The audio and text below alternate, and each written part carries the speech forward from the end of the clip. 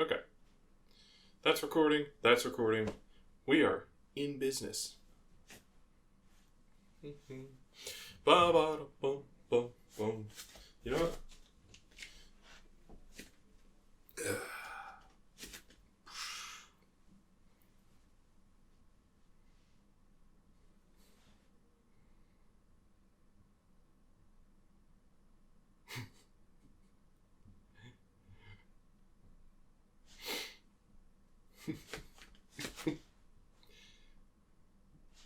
Hello, friends. It's a wonderful afternoon. It's the end of January, but the sun has decided to grace us, and absolutely incompatibly, I've decided to don this nice little scarf that I made. People got me yarn for Christmas. Now I don't know if anybody, I don't know if I've ever put this on the feed here, but this is my little unfinished yarn project section, right? If you want a little window into the life of Brian, right? I love me some yarn crafts. I always had. I never was able to internalize the notion that this was like stuff for girls or anything when I was a little kid. So I learned to crochet, to knit, to do all kinds of needlepoint embroidery, all that kind of good stuff. So I'm excited. I'm excited. We're celebrating. Ugh. I've messed up my camera. This is not outfitted for that sort of behavior. Never again.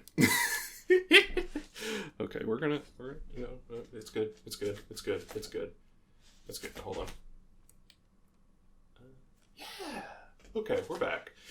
So I have a Patreon question that probably should have been answered some time ago, but life is, and sometimes it's difficult to go through a creative process, and sometimes you just gotta sit back and weather the winter and do your crochet and wait for the coming of a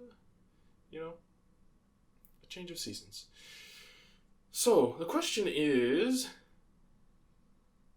how are we to differentiate between sort of substantive information about the world as it is out there and sort of mimetic narratives that can run in our head that attempt to parrot the language of that sort of substantive information?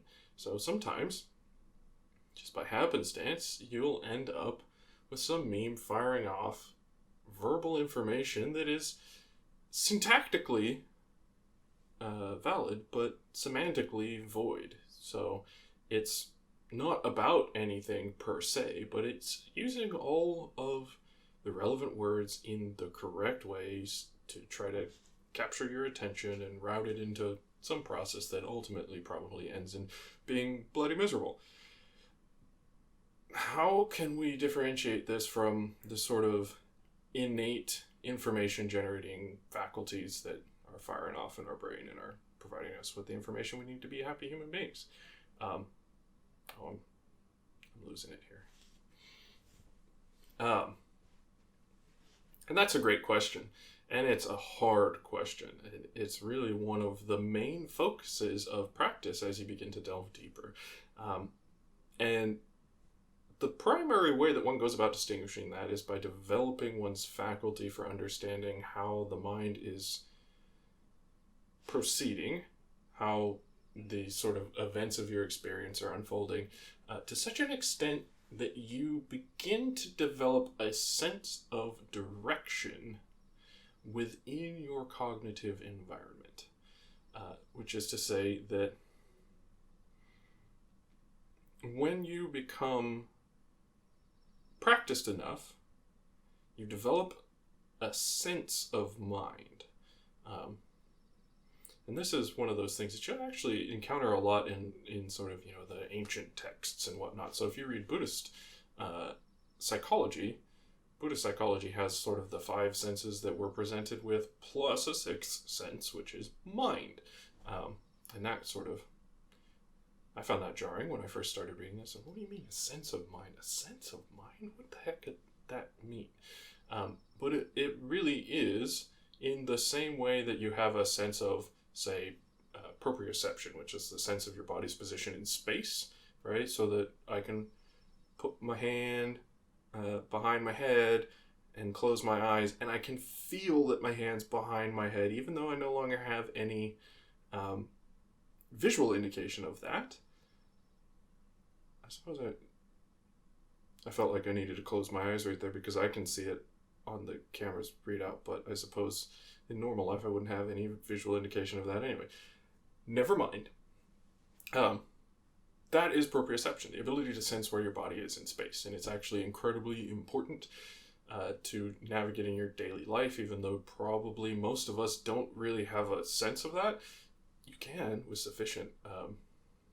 sufficient poor inputs into your body by doing certain super doses of vitamins temporarily destroy your body's innate sense of proprioception, and certain diseases can permanently disable your body's innate sense of proprioception. And there are people out there who are living the life experience that if they close their eyes, they fall over because they're only able to maintain themselves upright by continuous visual information about their body's position vis-a-vis the surroundings.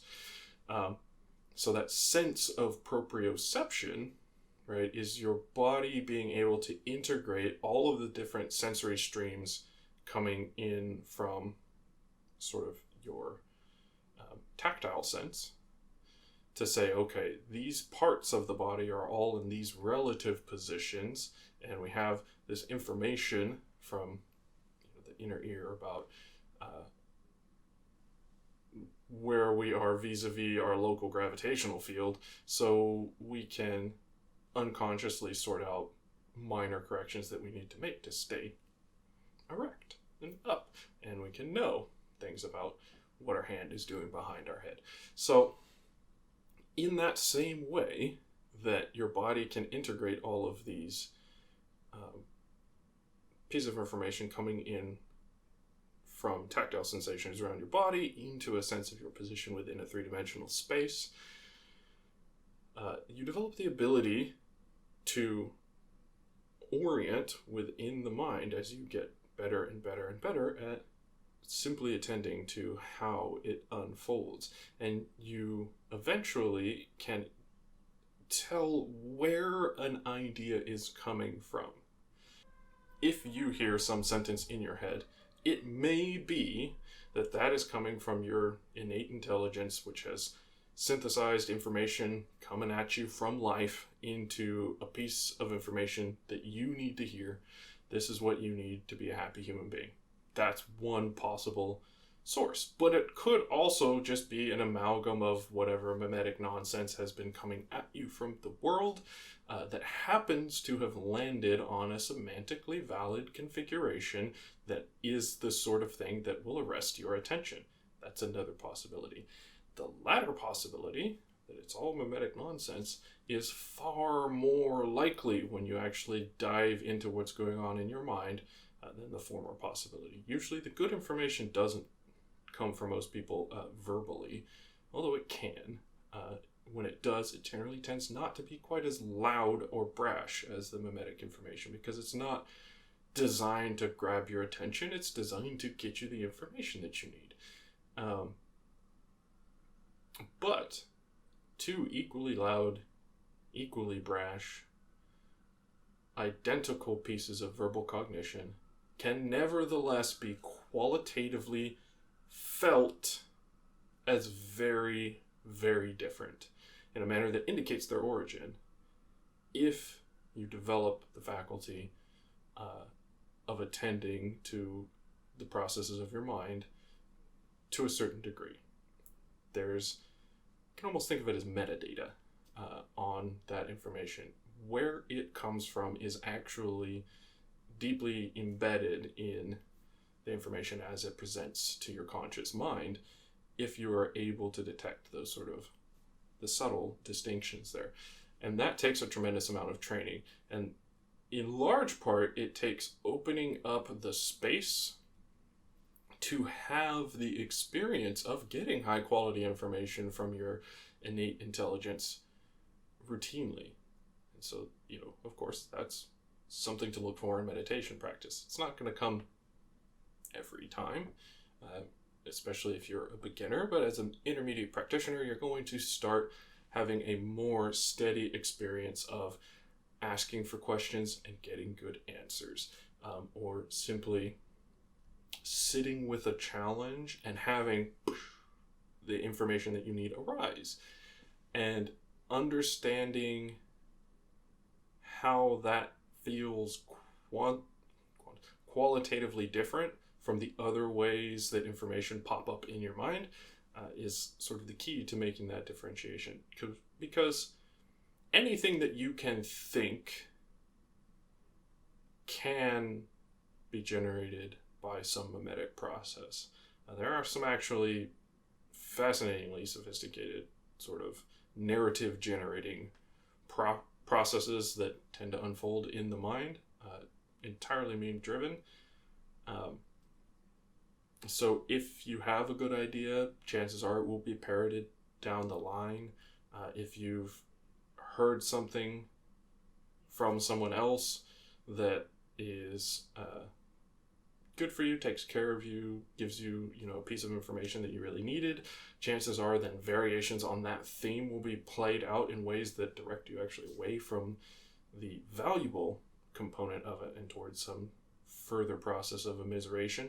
So being able to discern the qualitative differences that indicate sort of the direction in your mind that these things came from is going to be the path forward to differentiating and understanding, like, this is something that I should pay attention to, or this is something that I should just let pass through, move on. Just another piece of mimetic float, Sam, in the great sea of experience. And being able to intuitively, rapidly make that assessment is one of the key techniques to being a happy human being.